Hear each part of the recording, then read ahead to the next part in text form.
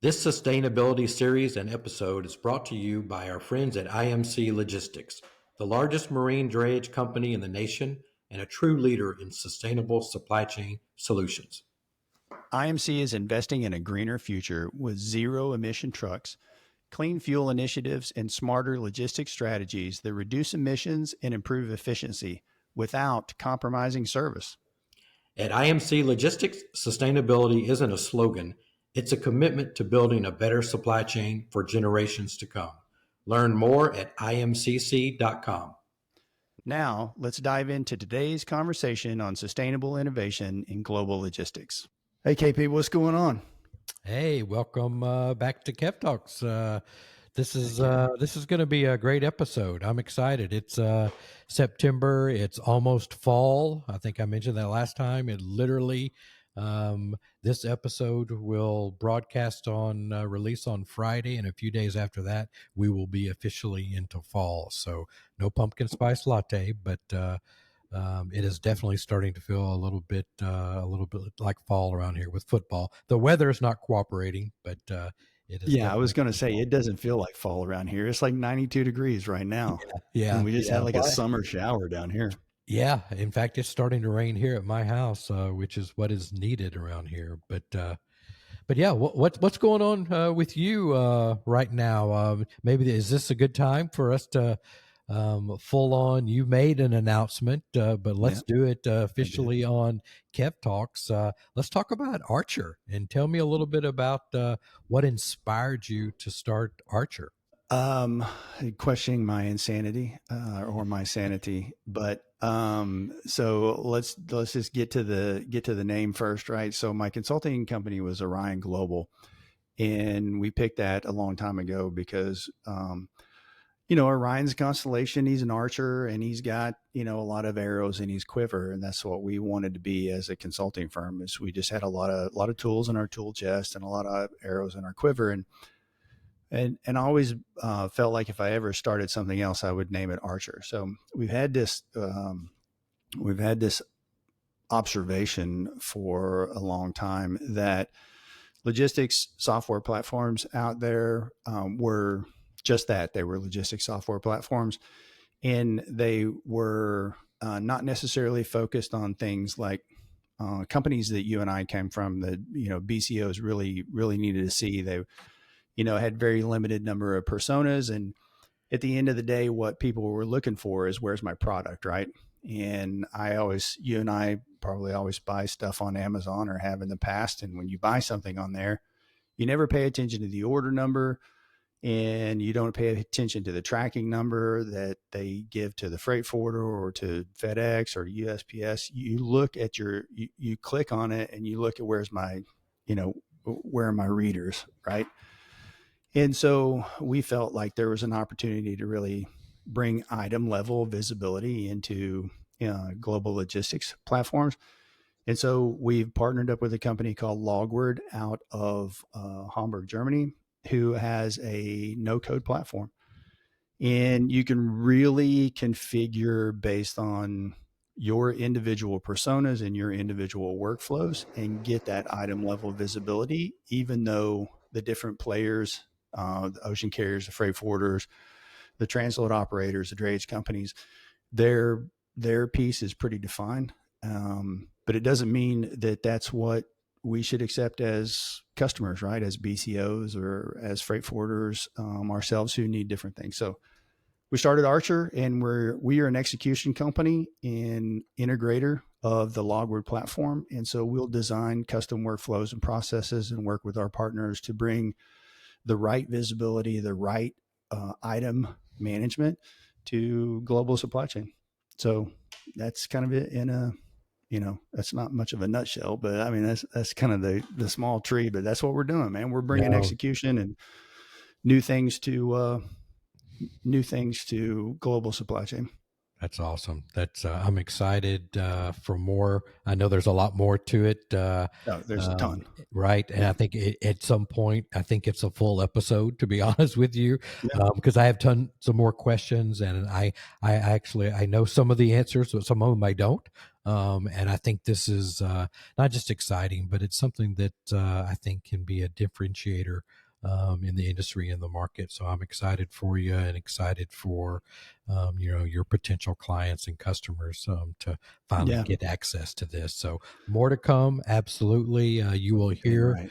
Archer a lot more. You will see Archer a lot more, through Kev Talks, and we'll definitely Yeah. have to make a full-on episode, Yeah. but excited about this time for you. Yeah. Thanks, man. We're pretty stoked. Oh, one last thing that the platform brings to the market that's we think's missing today is, allocation, forecast and allocation. So That's partnering near with, and dear to your heart. You know a little yeah, bit it about it. is. Yeah. So I know a little bit about it. So anyway, you want to know more, hit me up. Well, I'll be glad to have a deep conversation about it. yep, absolutely. Well, listen, I think we could probably talk a lot more about what's going on in the industry. It continues to be a very volatile time. At the time of this recording, there's preparation for China National Holiday. There are blankings going on left and right, and I'll call them cancellations. Gemini has Yeah. canceled It's an really what they entire are. Yeah. service. Yeah. And there's a lot of things that are going on continued. It's been relatively quiet on the U.S. side from a tariff standpoint, but there are a little bit more than rumblings of what Mexico may or may not be doing in regards to tariffs with China, which will be very interesting. And we'll have that as a topic and potential guests to talk a little bit more about that as that develops. But continue to be challenging times, just in global logistics and in trade in general. But we're excited to continue bringing good content and good guests and good topics on Kev Talks. Yeah. There's a lot of stuff to look forward to for Kev Talks. But how are you doing, man? We don't talk about you that much. How are you? How are the grandkids? Yeah. I can't believe I'm Yeah, saying that to you. I was just telling someone over lunch actually yesterday, believe it or not, I've got my third grandchild. And when I met this person, I had no grandchildren at all. I've got actually my oldest grandson will turn 2 next Monday.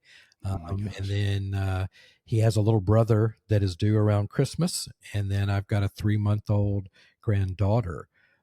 So it's just amazing time. Yeah. It's a special time.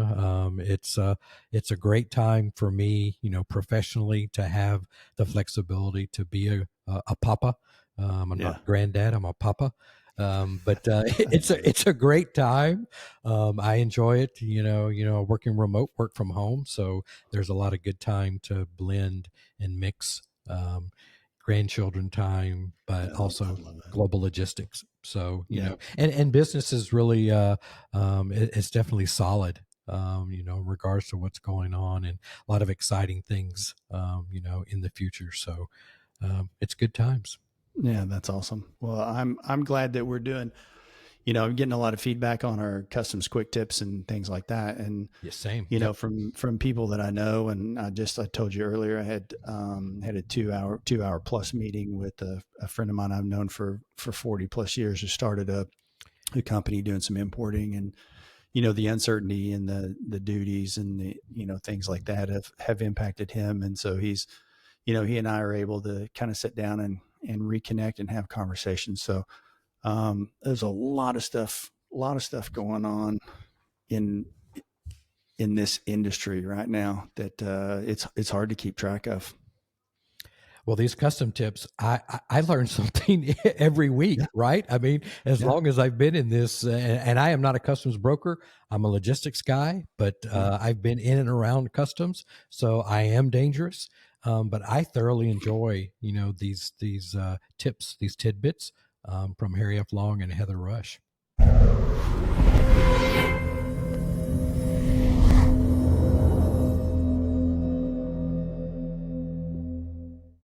Confused about customs bonds, or recently heard the term bond stacking and aren't sure what it means? Welcome to today's Customs Quick Tips, brought to you by Harry F. Long. I'm Heather Rush, and today we're going to talk about customs bonds, bond stacking, and how the recent tariffs have impacted and driven up bond needs for importers. Let's dive in. If you're importing goods into the U.S., a customs bond is a must. It's a financial guarantee required by U.S. Customs and Border Protection to ensure that you pay all duties, taxes, and fees, and comply with all regulations. Think of it as a contract between you, CBP, and a surety company protecting the government if you don't meet your obligations. There are two main types of bonds. A single entry bond covers one shipment and is ideal for infrequent importers. For example, you're bringing in one shipment of electronics, a single entry bond is all you need. A continuous bond, on the other hand, covers all of your imports for a year, making it much more cost-effective for regular importers. The bond amount is typically based off of 10% of the duties and taxes you expect to pay, with a minimum on a continuous bond being $50,000. Now, let's talk about the impact of tariffs.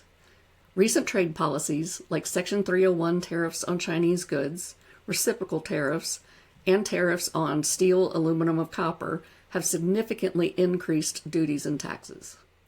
This means importers are owing more to CBP, which directly raises the required bond amounts to cover the higher potential payments. If your current bond is based off of pre-tariff levels, for instance $100,000 annually, but the new tariffs have now moved that to $250,000, CBP may issue an insufficiency notice forcing you to obtain a larger bond or face shipment delays or penalties. The tariff hikes have created a surge in the need for higher bonds, often leading to higher premiums from surety companies and more frequent bond reviews. This is also where bond stacking comes in. This happens when an importer needs additional bond coverage because their current bond isn't sufficient enough. For instance, you're importing $1 million worth of tariff-impacted goods, but your bond only covers $100,000. You might stack an additional bond on top of that to cover CBP's requirements. Stacking ensures compliance, but can be complex and costly if not managed properly. To prepare, estimate your import volumes and values up front to determine the right type of bond. For frequent importers, a continuous bond will save a lot of time and money. Work with a customs broker to avoid bond stacking surprises. Incorrect bond values can lead to shipment delays and penalties. At Harry F. Long, we simplify the bond process. We assess your import needs, work with you to determine the right bond amount, handle stacking if needed, to ensure your entries clear through CBP without any hiccups. Whether you're importing apparel or machinery, we make compliance as smooth as possible. That's your quick guide to customs bonds, bond stacking, and tariff-driven increases. Don't let bonds or tariffs slow down your imports. Visit us at harryflong.com and download your free customs compliance checklist. Thanks for joining Customs Quick Tips. Hope to see you again soon. Thanks, Heather, for that amazing customs quick tip, giving us a little bit of insight into customs bond. KP, before we go any further, I do want to say something. This is National Truck Driver Appreciation Week. And having grown up in a trucking family, I just want to give a shout out to all the drivers out there, past, present, and the future, who really are out there keeping the supply chain moving. I think we saw that, the importance of that in 2020 when we had some supply chain hiccups. But I think it should be every day that we're out there appreciating these drivers. But I just want to give a shout out to all the drivers, local, national, nationwide drivers that are out there just keeping things trucking. So thank you. My hat's off to you, and we appreciate you very much. Absolutely. Thanks for doing that. Absolutely. All right. So I'm pretty excited about our guest this week. So I've known of her for a long time. So Yeah. We chased this one as well. I think I said that about Yeah. Stuart Sandlin. Same thing, Donna. We chased you for a while. So thanks for actually agreeing and joining us. But this one's a really good one. It really, really This is. one, yeah, it's this one. They're all special, but I'm really looking forward to this. So let's tell everybody a little bit about our guests. So Donna Lemm serves as the Chief Strategy Officer at IMC Logistics. She has over 35 years experience in global logistics. Her early career included a role as Director of Sales at SeaLand Services, which was an ocean carrier, Malcolm McLean. She later transitioned into the forwarding and the warehousing sector, working as Vice President of Sales and Marketing for Mallory Alexander out of Memphis. Then Donna joined IMC Logistics initially as the Chief Commercial Officer and has contributed to expanding the company's national presence in drayage and intermodal services across major ports and rail gateways. In her current role as CSO, she focuses on strategic growth and operational excellence. Welcome, Donna, to Kev Talks. All right. Welcome, Donna. Thanks for joining us. Thank you so much, Kevin. I appreciate you having me. Yeah, this is going to be great. Well, listen, I mean this in all the right ways, but you're a SeaLander, and you're branded as a SeaLander in the industry, and it's always interesting to me to have someone who has that background in their career. So, talk a little bit about the legendary name in ocean shipping, SeaLand, and what did those early years teach you that still shapes your leadership roles that you have today? You know, Kevin, it touches my heart. I have chills actually, because my time with SeaLand was just very, very special.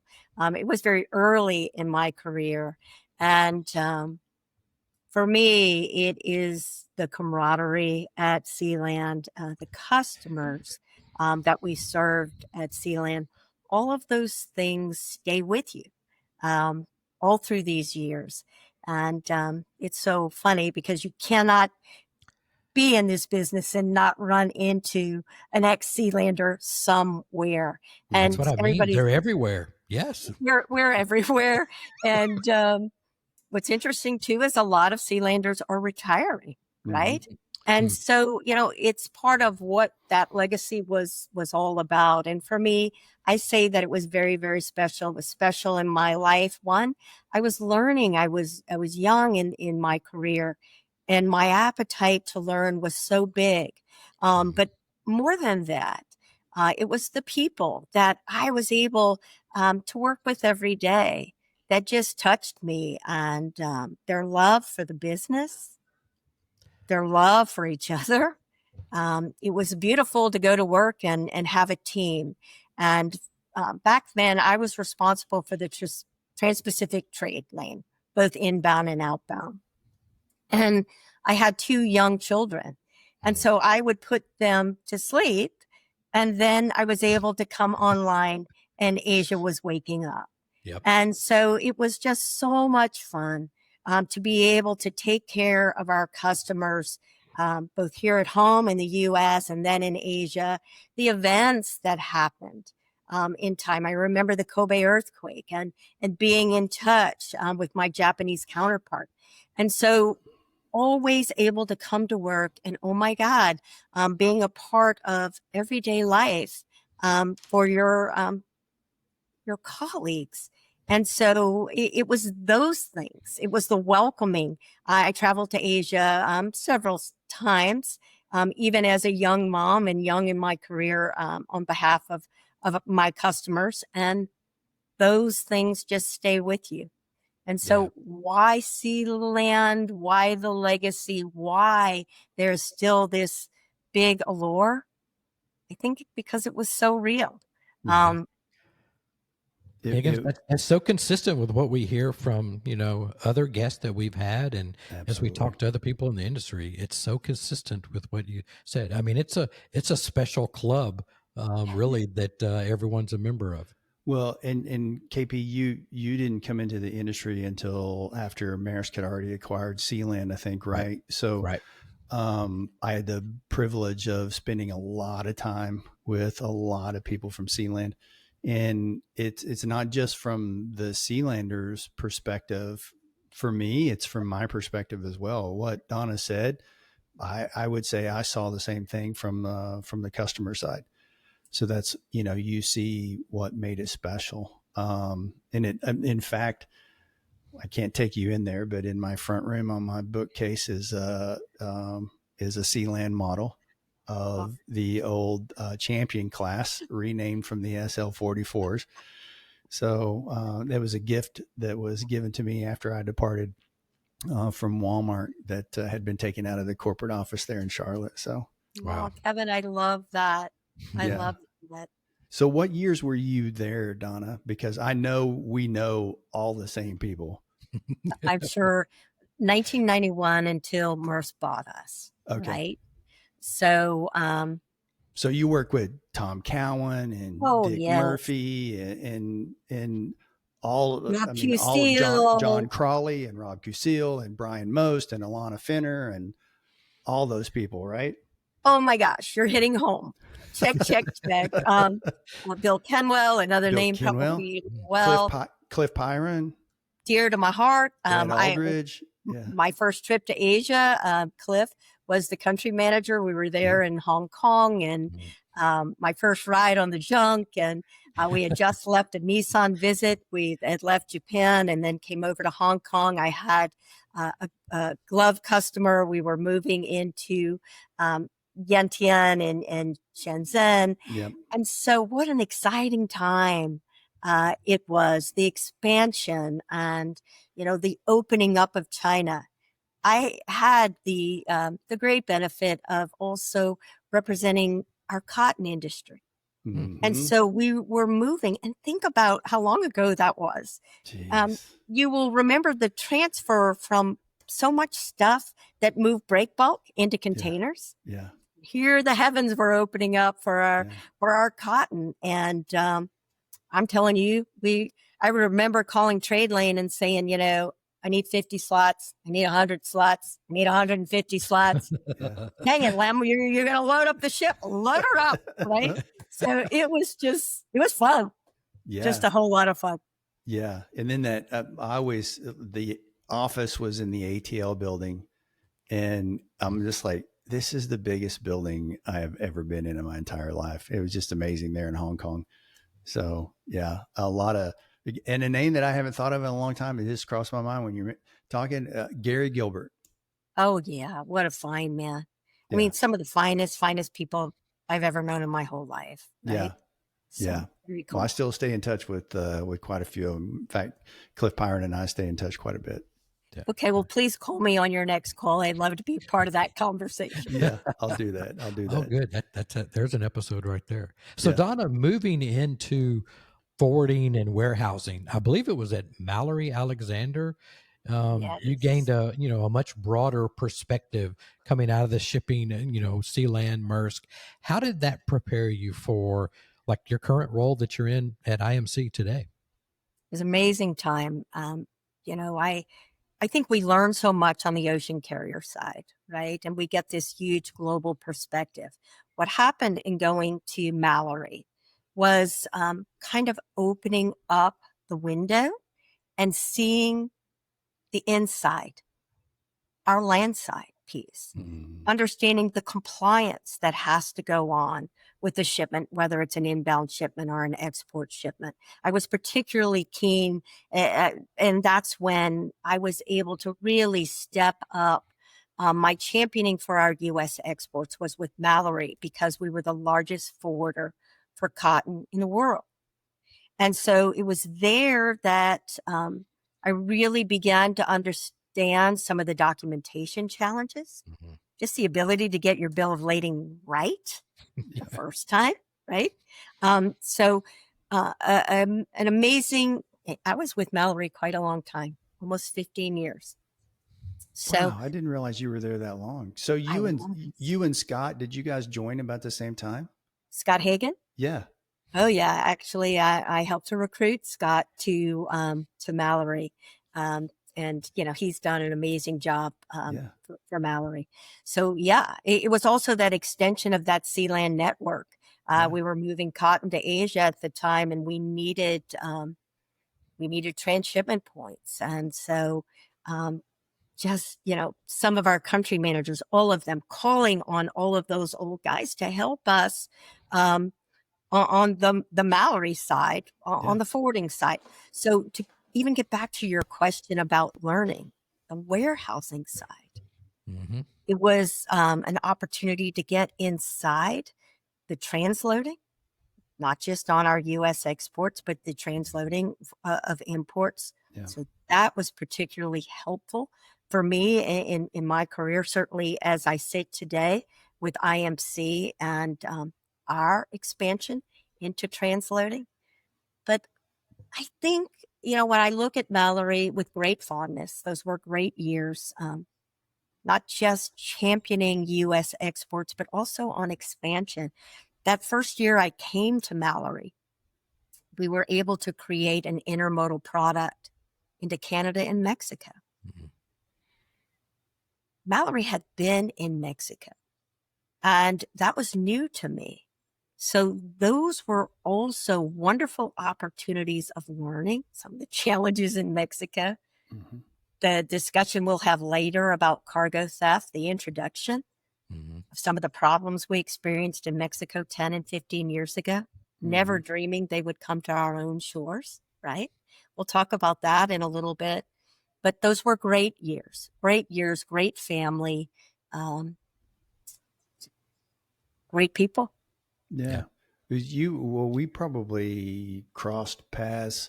I was at Transplace and Scott was at Mallory, and I came over, brought, we brought a couple of people from our Mexico team, brought a couple of people from our domestic truck brokers team. And then we did a little bit of work with you guys as Transplace was starting the international side of things. And so spent a little bit of time with Tina.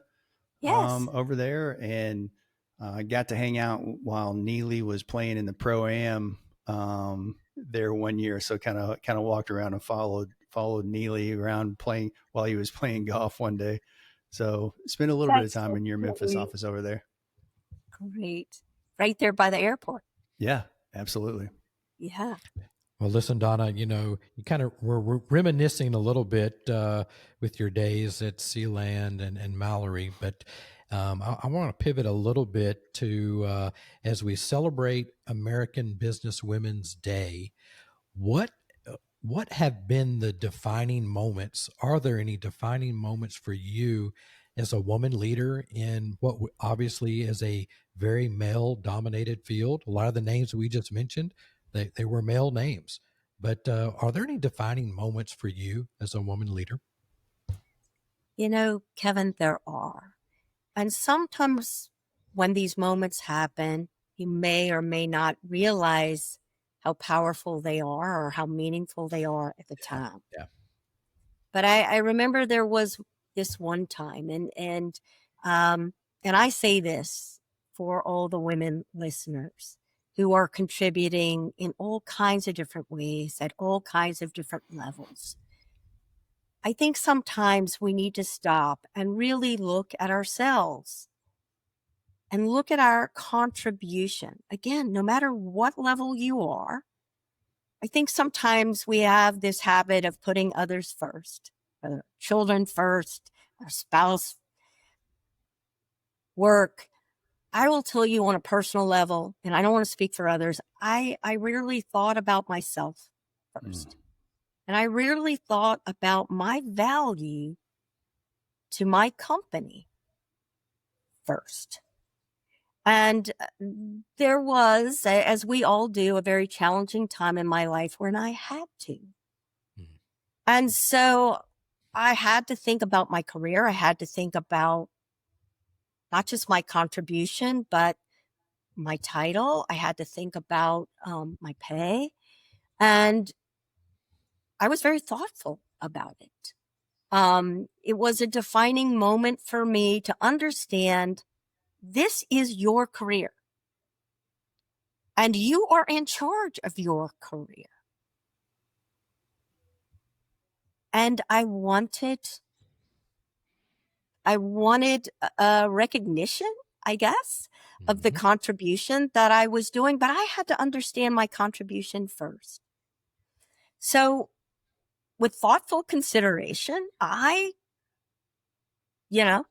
basically went over the numbers, went over the facts, and had to ask for time, ask for consideration, let's take a look, please, at my value to this company.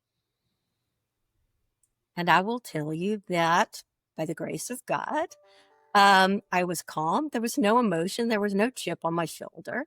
It was just really about recognizing the financial impact that I had on our organization, the contribution that I was making in quantifiable terms. And it was a very successful meeting, is what I will tell you. And so I encourage all women that are listening, take the chip off your shoulder. It's not about that. It's about being deserving. It's about recognizing what you do, being able to quantify and qualify what you do. And it's about being recognized and getting that seat at the table that you deserve. And it's okay if you have to ask. So many women wait to be recognized. If I just work harder, they'll see. And sometimes it's not intentional if they don't see. You just got to raise your hand. And sometimes you got to ask. It was a defining moment for me. Again, a successful moment for me.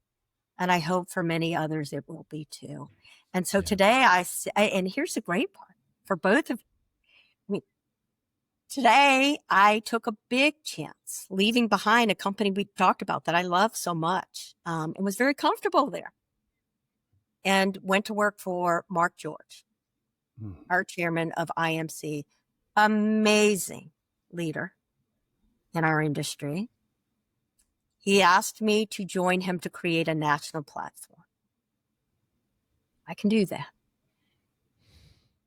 But I also had a boss who believed in me. And together joining forces was amazing. And today, guess what? There are 3 women on our executive team. And I celebrate that. Katie Hooser, our chief marketing officer, amazing, talented. Sherry Hollis, previous banker, amazing financial acumen in it. She's our chief administrative officer. And I think about how far we've come, and I'm just so proud of that in a wonderful time to celebrate women leaders. And so I hope I've answered your question, Kevin. No, that was great. Thanks for was the shout outs you gave. I think powerful. Powerful, and a great testament to you of, you giving that guidance to the future, female leaders within the industry. But thinking about the future of logistics, what legacy do you hope women leaders will leave for the next generation in this global logistics field? I think women leaders will move forward, not being afraid to take on challenging subjects, to step outside their own silo and understand that there's a greater power in the good of our industry. And sometimes we have to put our own paradigm here aside and look at the bigger picture. And I sure hope other women will have the courage and the faith and the confidence and the passion to do that. I think that's huge for all leaders. There's a lot to unpack in everything that you just said, Donna, honestly, and, to understand your own worth and not make it, as you said, a chip on your shoulder, but, you deal in facts and know your numbers and, know that you are worthy of that spot. And if you have to, ask for that meeting, then you ask for that meeting. And knowing that you're worthy regardless of the outcome of that meeting is so incredibly powerful to all human beings. So I appreciate everything you just said there. Yeah, Thank you, no, Kevin. I applaud you for, your leadership in your career thus far. Yeah. Higgins and I were at a event this last week. We just spoke about it at a local high school, and these 16 and 17-year-olds, the questions, the engagement that they had. And Higgins, if you Unbelievable. remember, most of them were females. That Yeah, 100%, these were yeah. girls in a crowded field of supply chain students in high school, and the most engaging, the most exciting and intriguing, insightful questions came Mhm. from the girls. And as a Yeah. girl dad, I just beamed with excitement and Same pride here. for those parents. And Higgins is a girl dad as well. Yeah. So we both were just really pleased to see, as bright as the future is for supply chain leaders, to see the girls and the females represented really, really well. And I think it's because of, people like you, Donna, in the industry that have been, I'll call you a trailblazer, Yeah. in a way for just leadership in general, but for women leadership. Yeah. Thank you so much, Kevin. And I want to get it right. I do champion women and men in our industry. We look for that passion, that commitment, the best of the best who live true. And I have a daughter and a son. And so it was always just very important to me to just be true and to work hard and to set an example. And I think that's true for all of us, right? Right. But there's just something special about coming so far. I am so proud when I see too the roles, traditional roles evolving. I mentioned that I have a granddaughter. I have two. I have a grandson and a granddaughter. And watching the roles of men and women together, it's so great. It's so great. I tell stories about, being at work and you've got a sick child and you have no, where am I going to bring this sick child? So you bring this sick child to work and they're under your desk, right? Yeah. And you're promising we're going to go get ice cream. We're going to go just Exactly. mommy's on a conference call, right? We have come so far. Yeah. It's wonderful. It's really good. Yeah, it really is. It really is.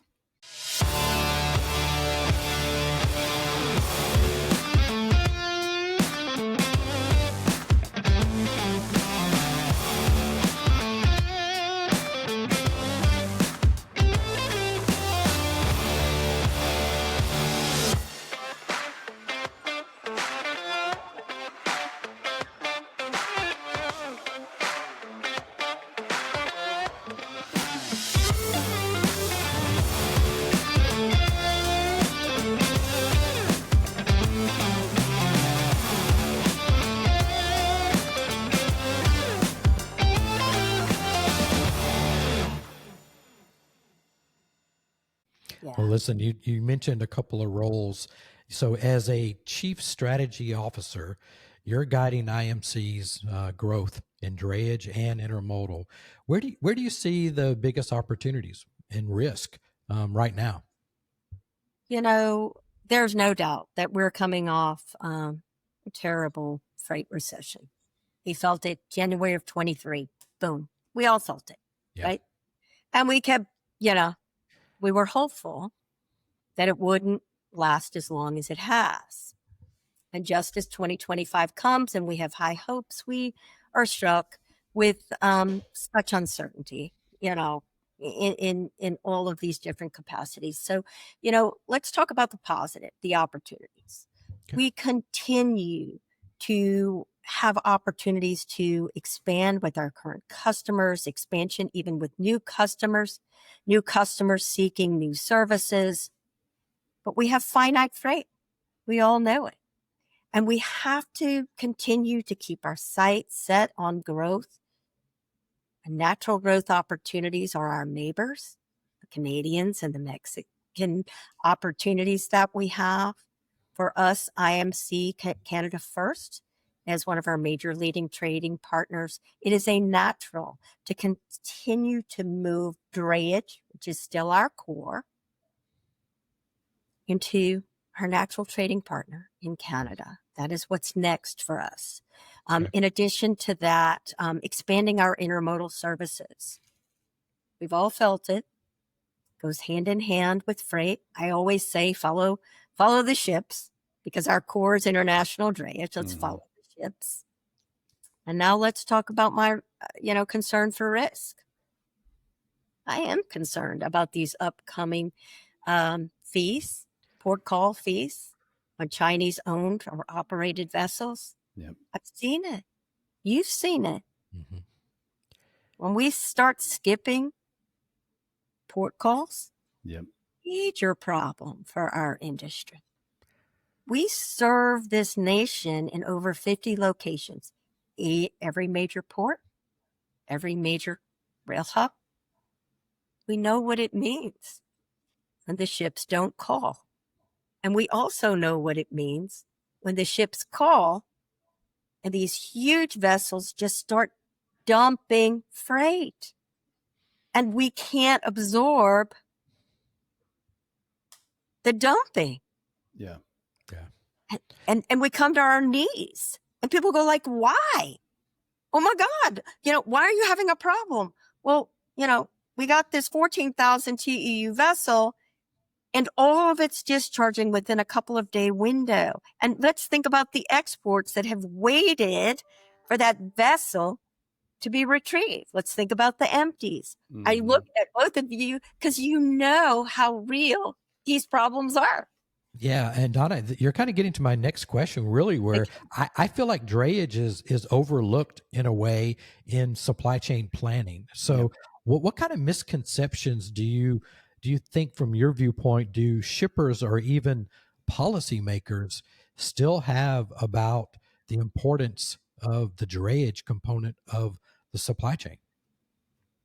Kevin, I think, I know that's a big question, right? It's loaded too. man, that is so packed, right? Because for nearly this past decade, I have hoped to really create a way to translate the value of the drayage space to our shippers, to our industry. I mean, it was all about, ladies and gentlemen, understand the value that driver brings in picking up your freight and making sure that the execution on that export move starts correctly. And let's think about that final mile for our importers. We learned.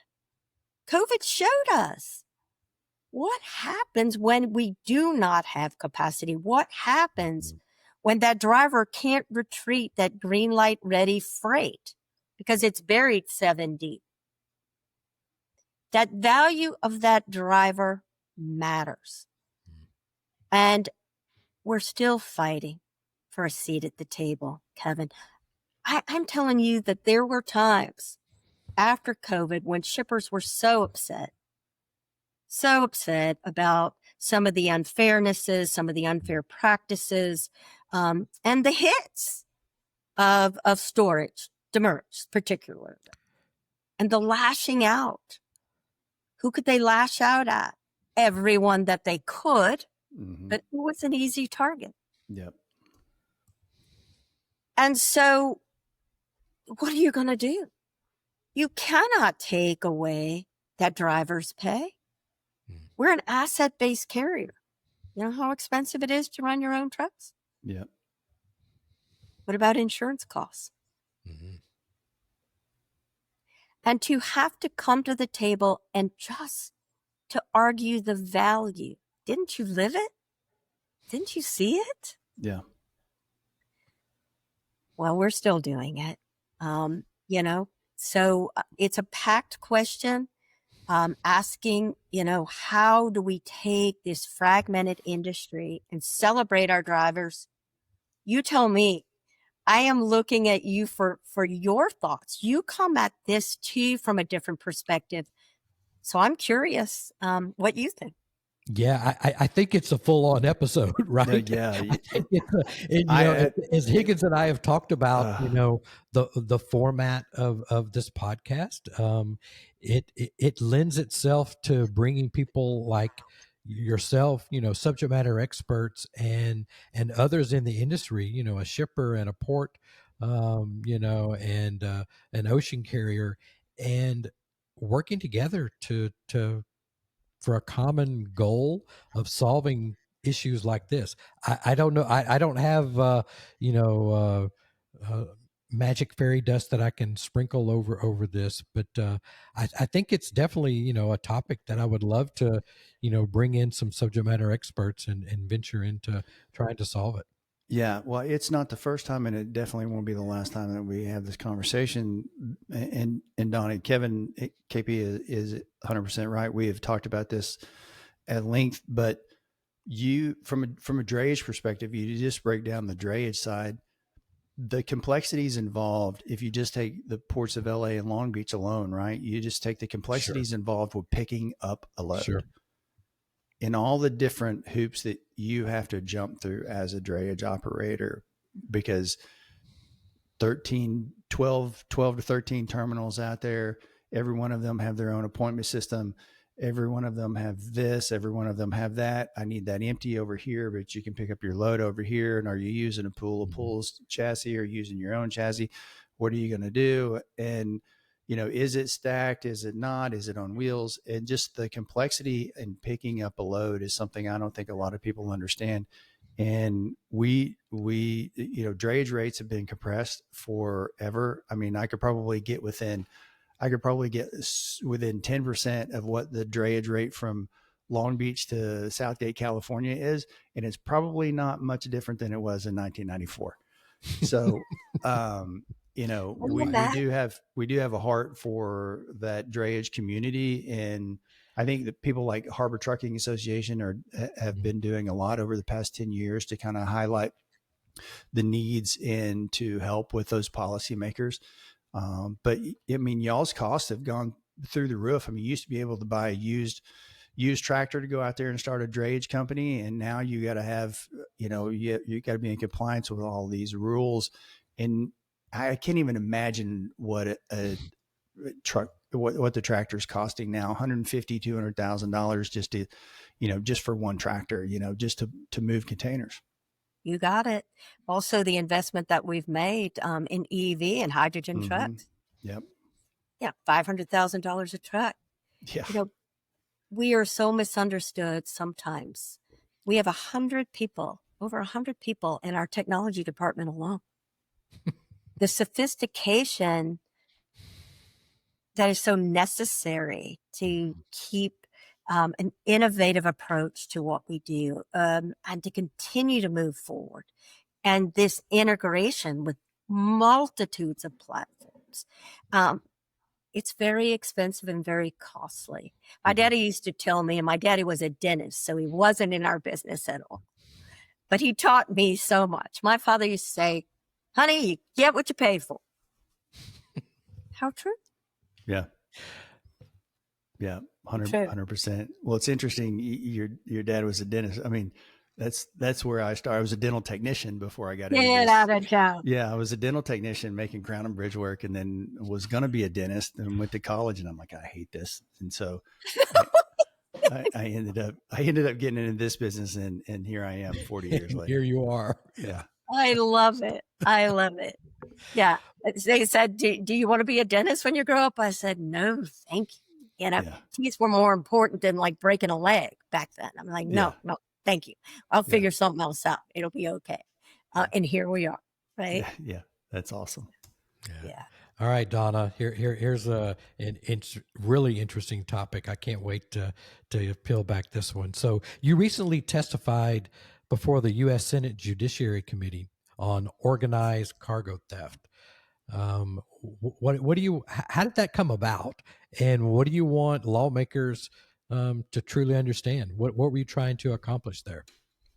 So, Kevin, it's interesting how it came about, because it came about so quickly. IMC has experienced, and we'll talk about statistics so I can put this in perspective. Sure. We had been experiencing a rise in cargo theft. I'll be honest, I truly didn't understand the magnitude until preparing for testimony. But let me take you back to 2022 when cargo theft got on my radar. I got a call from the EVP of National Accounts that said, we need some help. We need some help in understanding legislatively, how we can appeal for greater understanding of what's happening in this area of cargo theft. And I, back then in 2022, bring me into this. So back then was my awareness that it was happening, awareness of several incidents of theft for our own company and claims. Fast forward, I serve on the IANA board. And so part of serving on the board, I am the liaison from the board to the safety committee and appealing to our safety committee about this concept of cargo theft and the impact that it's having. And so we have a working task group on cargo theft today, 2025, to peel this back. Our railroads, our motor carriers, our marine ports and terminals, all part of IANA. This is good. But what else? So because all of this has been going on, also active in several state of Tennessee calls with the railroads about the problem we're experiencing in our own home state. I am very close with Peter Friedman at AgTC, having served on his board for many years, again, championing exports. So to Peter, right before our AgTC annual meeting in June, I said to Peter, I'm serving on this IANA working group liaison board. I would like to understand what's happening with our export community. May I have 15 minutes? And he said, take it. Take the time. So it's 5:00 on that first day. I mean, we're tired. If you've ever been to one of our annual meetings, they're jam-packed, right? At 5:00, you're brain dead. I cannot take anymore. And so we went over. It's 5:00 and there's still an audience. I'm like, oh, so grateful because I'm asking our exporters, have you all experienced theft? And people are coming to the mic. Donna, I've got loads that have arrived destination and I've got half my cargo contents. Mm-hmm. Who wants soybeans? This is crazy. Rise in seal discrepancies. The next morning, I took an interview with AJOP, right? And basically an article written on cargo theft. ATA says to me, look, we will be speaking in front of the Senate Judiciary Committee. We are looking for candidates. Would you be willing to tell your story? And I said, both Kevin H. and Kevin P., I'm not ready. I don't know enough. My company may not be ready. And my chairman said, we're ready. Now. Interesting. This problem is now. Mm-hmm. And so this is fast, right? This is happening fast. This is June. There's testimony in July. Now, there was a huge vetting process by both Senate sides of the Senate. They're vetting. They want to know, what was your problem? You tell us. We needed to be prepared to tell our IMC story. So here it is. 5 incidents of theft in 2022. By the end of 2024, 876 claims, all on the rail. What? We're one company. We're a large company. What is happening? The power is on a Sunday. Aggregating, remember, all that export information, aggregating our own internal information. And yes, I'm looking at the stats that are on the internet, but they're not accurate. How could they be? How many people are not reporting because A, they don't know where to go. Mm-hmm. B, if we do report, where's it going to go? Right? So here's the aha moment on that Sunday at 5 o'clock. Oh my God. This whole concept of transnational organizations, crime groups, is real.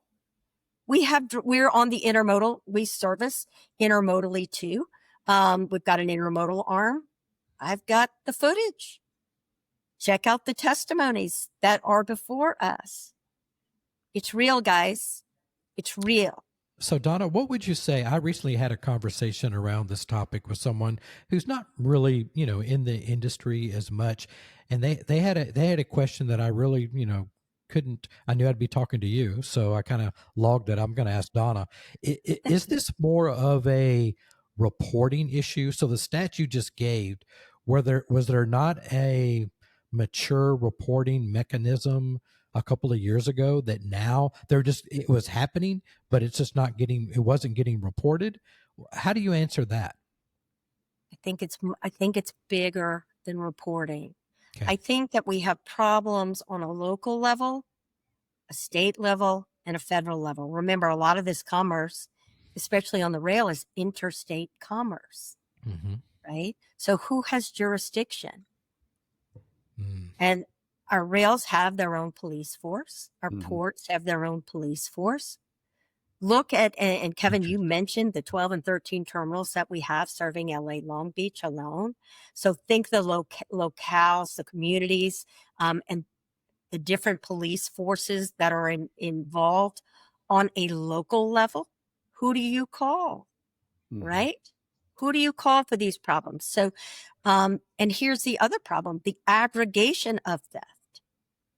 At what point do you get somebody that says this is more than just an insurance problem? I can't even send my police out because we've got, all kinds of crime going on. So the translation of cargo theft, what does that mean to the local police force? How do we educate? So when I say it's bigger than reporting, it is. It doesn't mean that it's not escalating. It just means that we need a way to put our arms around local, state, and federal and connect the dots.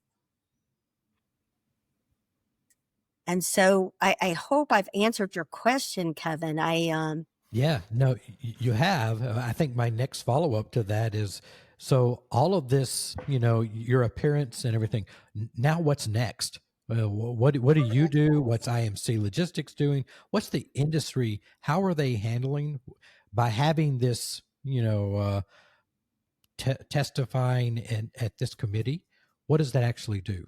Yeah, I think for all of us, force or? Yeah. For all of us in the industry, yes. I mean, I think if there's first of all, our cargo task forces, we have several in strategic locations throughout the U.S.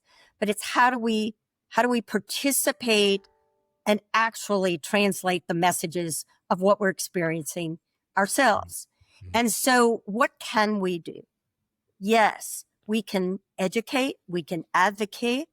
What can we do legislatively? CORCA bill, part of what you saw during that judicial testimony, and there were two counterparts who were also 100% in support of the CORCA bill. And what were we saying? We need federal intervention. We need federal engagement, translation resources, and prosecution. We need a way to aggregate these crimes so we don't need $1.2 million to get anybody's attention, because we know if we could aggregate these crimes, we could meet those thresholds, right?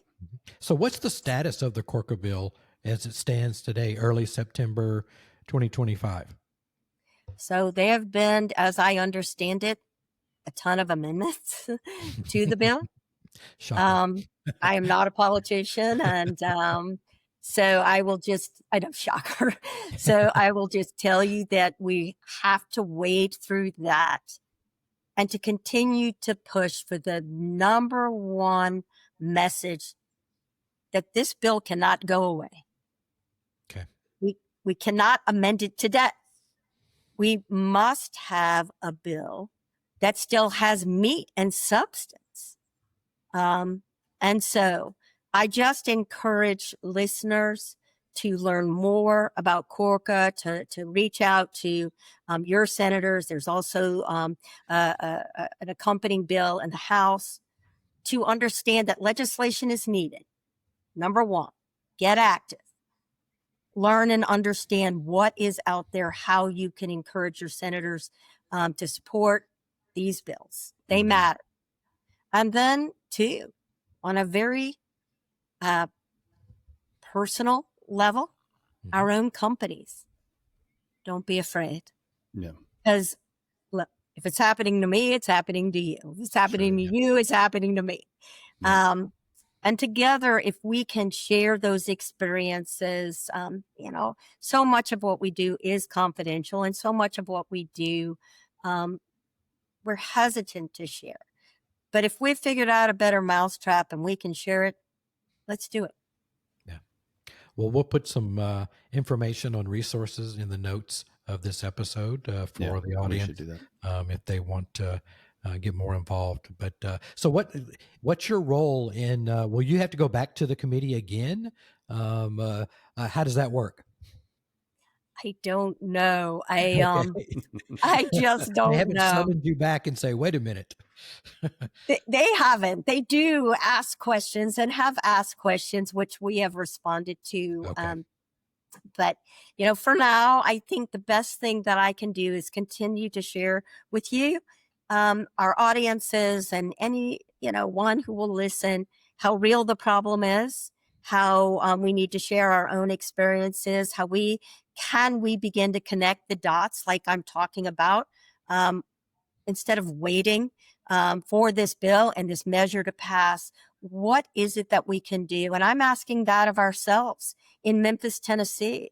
How do we reach the FBI? We have a task force in Memphis proper. I shared the incident of when, we had 7 vehicles storm our gates at the end of May. They stormed our gates. We have vehicle barriers and all kinds of investments that we've made now. I mean, they're in there 3 minutes and they go, oh my God, they've called the police, and the Memphis police did show up in 3 minutes, but they had time to still steal and go.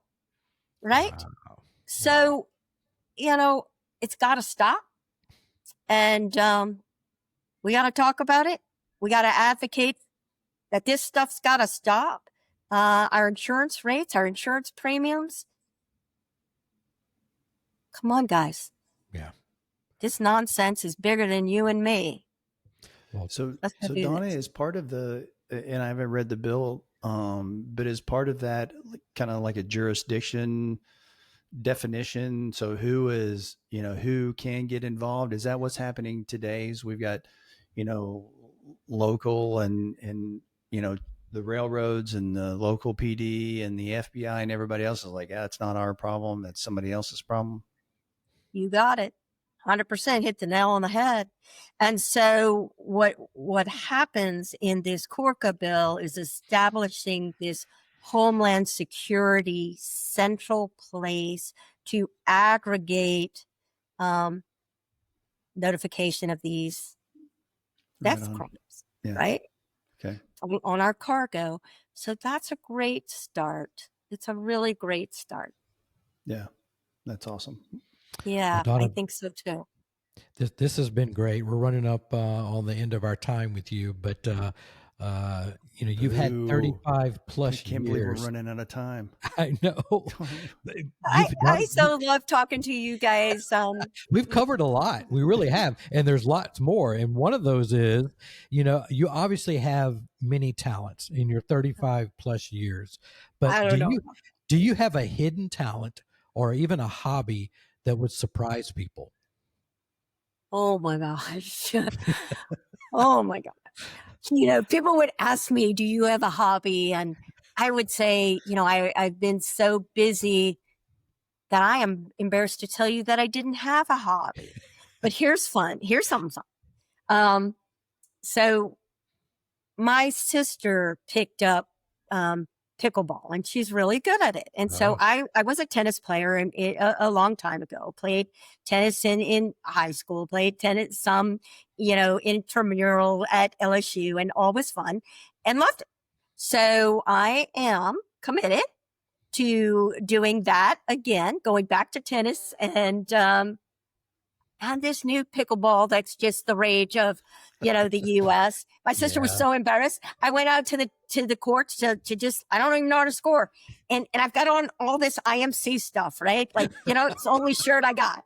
Yeah. She's like, oh my God, you're embarrassing me. I'm like, I'm sorry. So she bought me some clothes. I'm like, okay, I'll take it. And so maybe the next time we talk, I'll have a hobby. That'll be awesome. And one thing I never shared, that as a young person, I danced with New Orleans Ballet Theater. Oh, okay. There we go. Okay. Yeah. Interesting. And that is cool. Somehow, my passion for the arts, I'm going to find a way to tie that in to whatever is next. I'm not sure, but it's going to be fun. That's good. Well, if you do pickleball, please be careful. I know way too many people who have ended up in the ER because of, and I'm not saying it's an age thing, but it's an age thing. It's real. It's a very real thing. Real. It's very real. Yeah. I'm going to start this fall.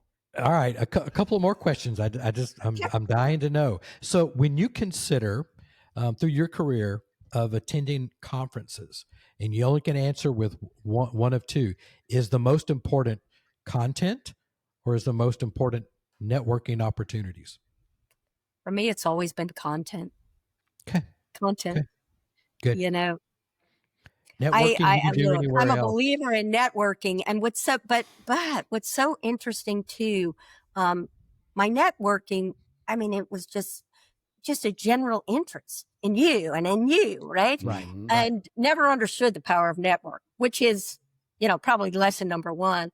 But for me, when speaking, or for me, when going to a conference, I really wanted to understand. I wanted to learn. I wanted, if I wasn't speaking, I wanted to be able to, to learn and to take back something. And so that's the cool thing about our industry.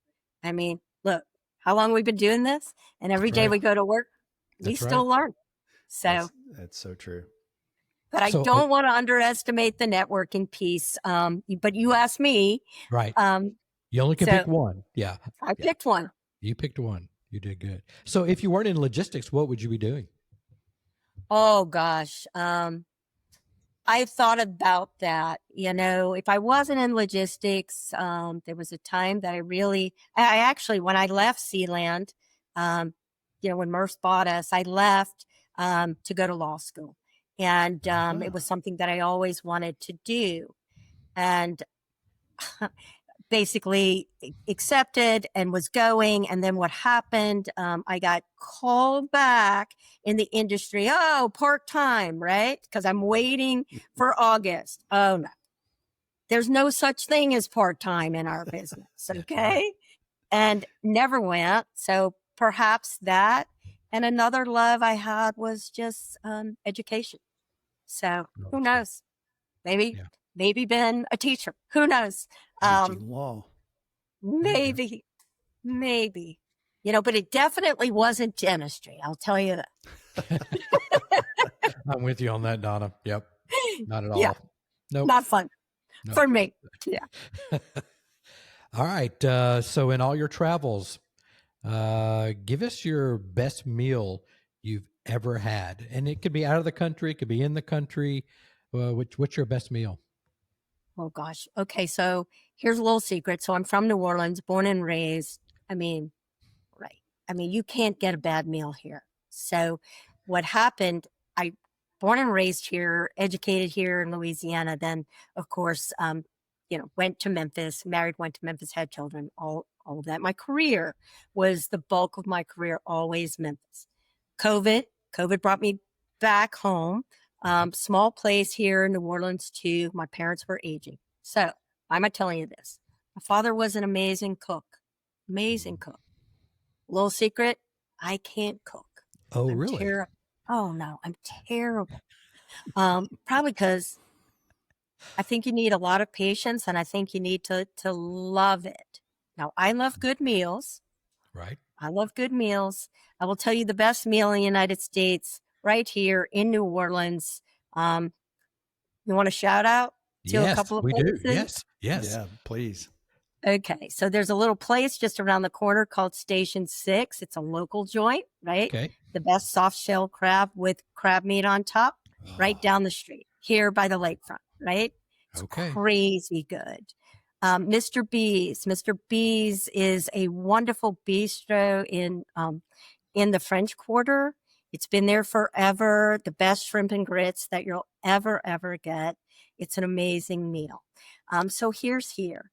But if you ask me internationally, my favorite meal, oh gosh, probably Buenos Aires. The beef. Oh my goodness. So I'm a French girl. My maiden name is Duvineaud, Duvigineaud.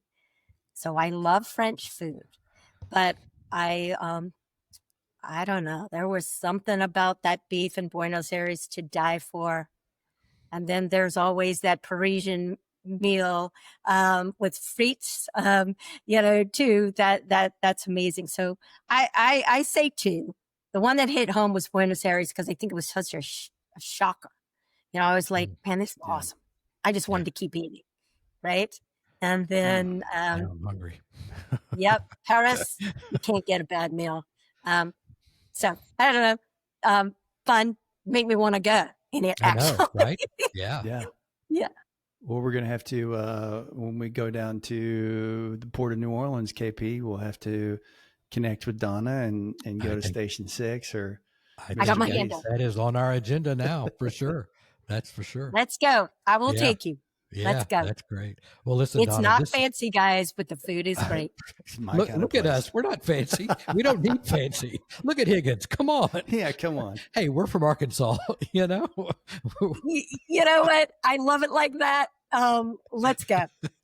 And it's so funny because, the shrimp, the crab, and so often you have to eat, with your hands. Well, that's the way we do it. Like I said, we're from Arkansas. We can do that. Let's go. We can do that, right? I'm in. Let's go. Well, listen, Donna, we could go on and on. This has been great. We've covered a lot of topics. Really appreciate you, taking the time to visit with us. Thanks for your leadership in the industry. It's just so excited to highlight you during American Business Women's Day later this month. So we really appreciate you taking the time to share your journey, your insights. So thanks so much for joining us. I'm so grateful. So grateful to you both. Thanks so much for the time this afternoon. Yeah, it's been an honor and good to see you. All right, guys, come on. We got a meal. Let's go do it. Okay. Let's get it done. Let's go. Let's go. Take care. Tight. Bye, everyone. We hope you enjoyed this episode of Kev Talks, Real World Global Logistics. If today's discussion inspired you, don't forget to follow, subscribe, rate, and share our podcast. Remember, every great journey in logistics starts with a single step forward. Let's continue working together to transform the industry.